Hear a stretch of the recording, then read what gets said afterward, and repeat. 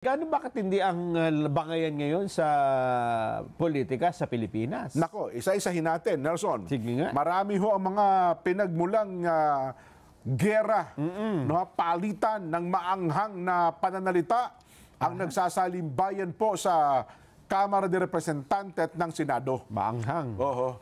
Sinong unang nagsalita? Nagsimula po yan kung ang pag-uusapan natin ay ang impeachment. Sa impeachment. Yan. Lalong tumindi. Uminit po ako sa pindyan. Ano, ha? Sabi nila, pinending nyo dyan sa inyo eh. Tapos nung pinadala nyo sa amin, sasabihin nyo, forthwith, sa lalong madaling panahon. Eh sa inyo nga, immediately. Di ba? Ang sabi sa inyo, pagkatanggap ninyo, immediately, aaksyonan ninyo. Ang ginawa nyo, nilago nyo pa, ginawa nyo pang-apat. Nung pang-apat, tsaka nyo inakyat sa amin. At nung inakyat nyo sa amin, sabi nyo, agad-agad. Forward naman kayo, forward. Sabi, aksyonan nyo kaagad yan. Hindi pwedeng hindi nyo aksyonan yan. Di ba? Ano kayo, ha? Yun ang, at hanggang ngayon, mainit ang salitaan pa dyan. Ito pa, medyo hindi pa personal yan. Oo. Alam mo ba na naging personal na ang banatan ngayon? Nung magkabinang panig?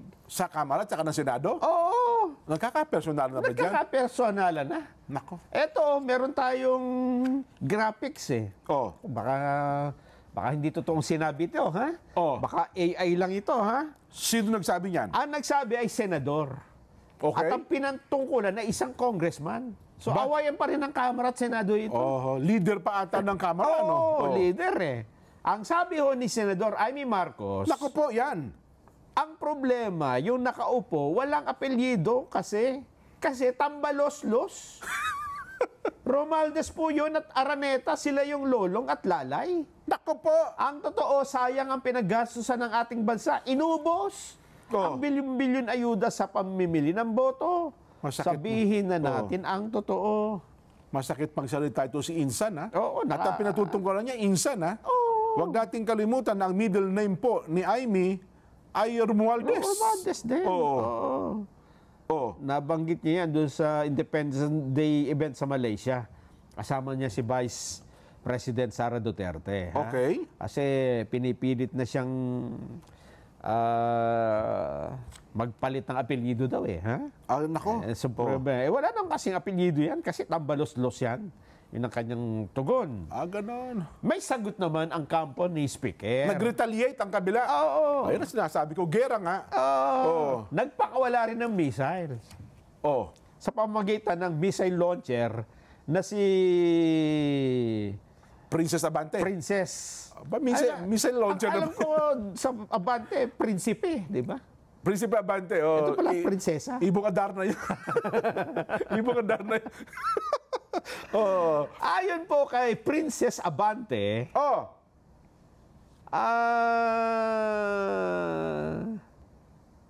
ano ba sabi niya? Sabi niya, di bali niya yung tambaluslos. Huwag lang anyang paratangan na kawatan.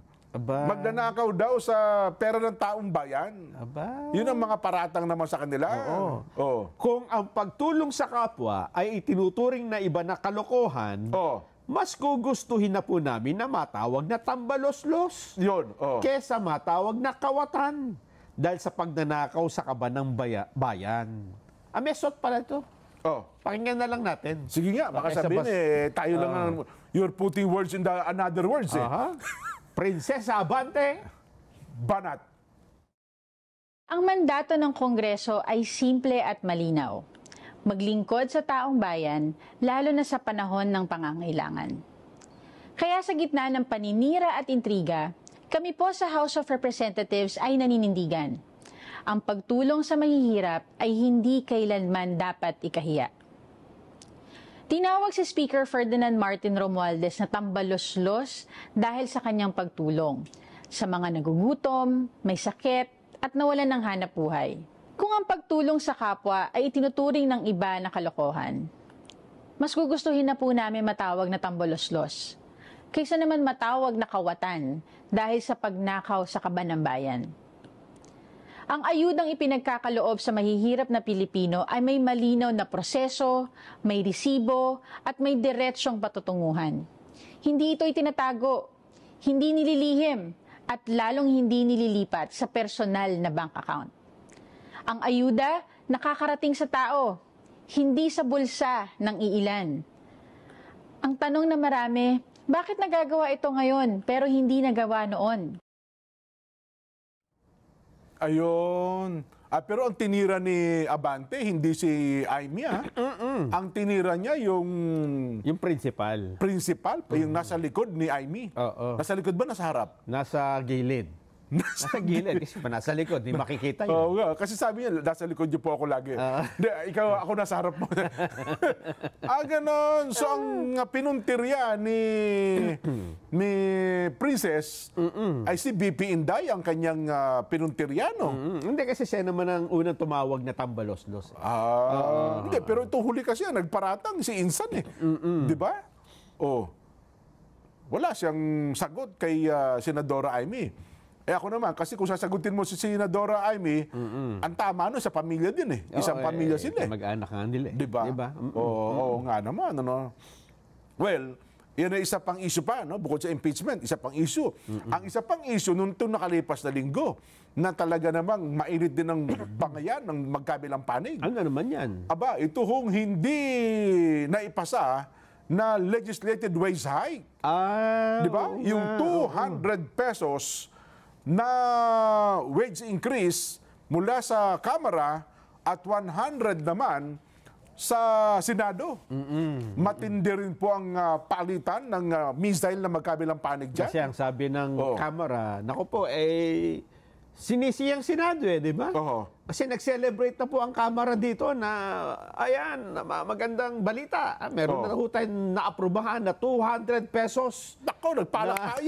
Salamat, Dagdag salamat po. legislated wage hike. Tayuan yung buong plenaryo ng Kamara, eh. Sabi, yan ang Kamara. Yan, oo. Mabagal pa una yung palakpak, eh. Parang pelikula, eh. Pabilis ng pabilis, ano? Pabilis ng pabilis, eh. Kumbaga sa tayaan ng bata, huling kabitan niya, pasok, di ba?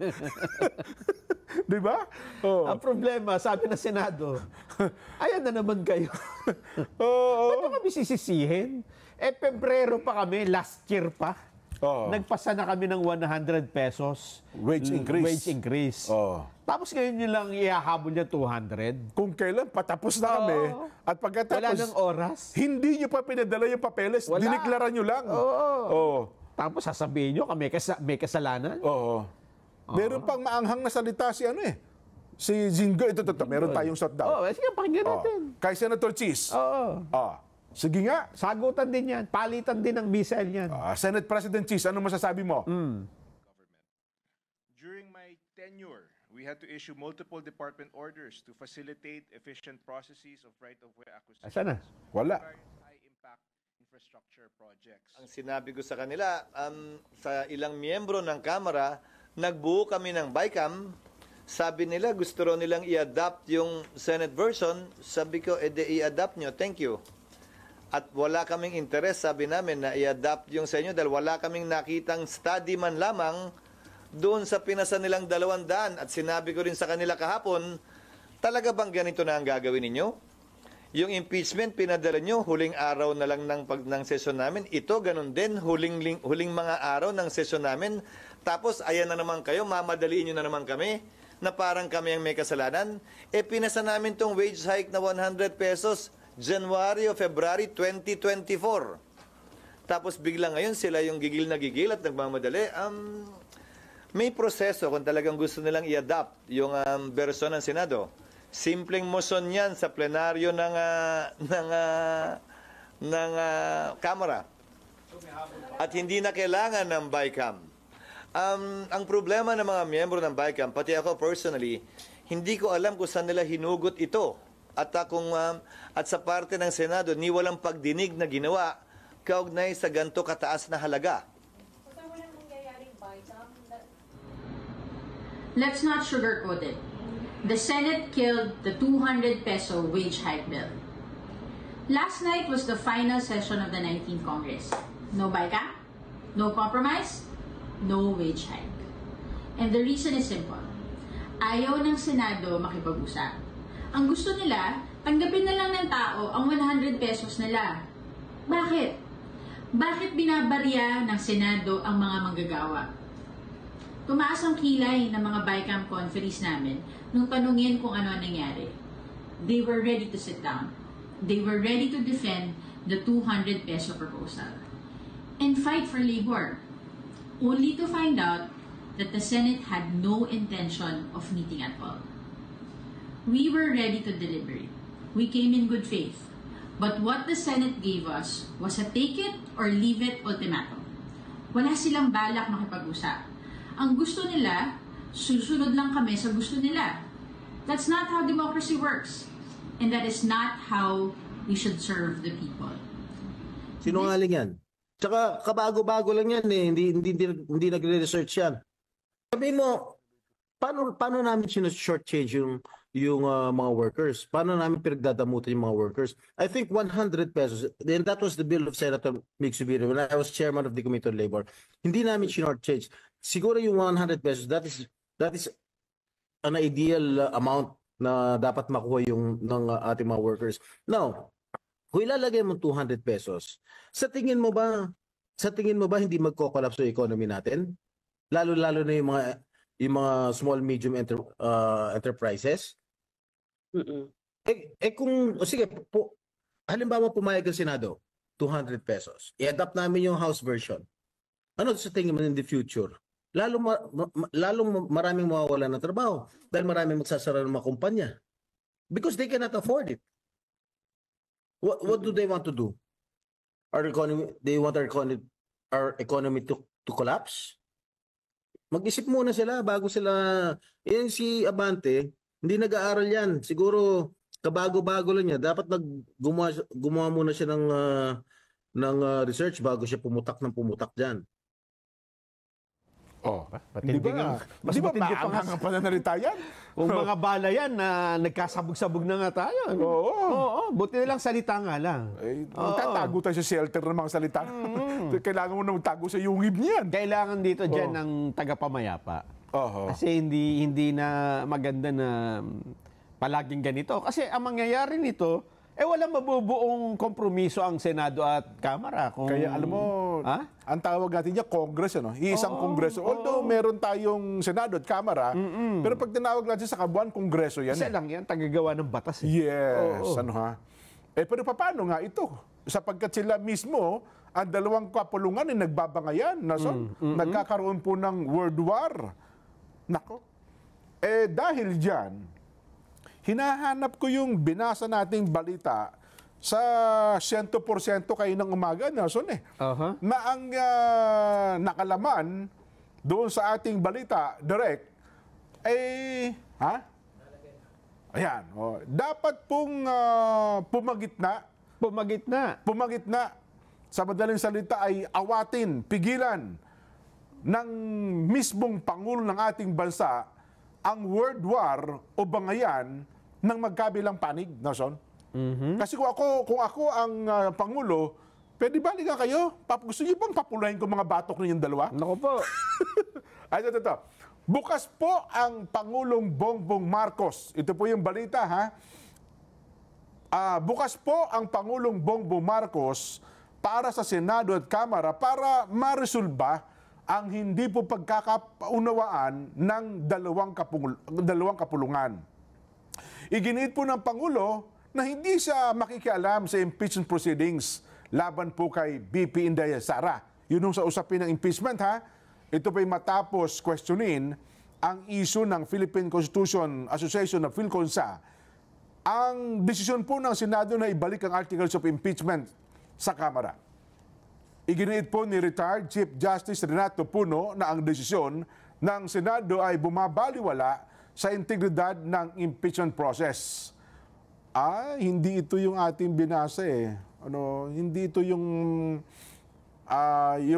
balita na ang gusto ng Pangulo ay pumagitna na. Ito'y pangatlong item ata ito na binasa natin. Pero tuloy ko na po, para sa kabatiran ng lahat. Pakihanap niyo yung item, direct yung binasa natin kanina. Hindi ito Ayon po kay Palace Press Officer Claire Castro, iginagalang po ng Pangulo ang pananaw ng mga legal expert may kinalaman po dito sa impeachment.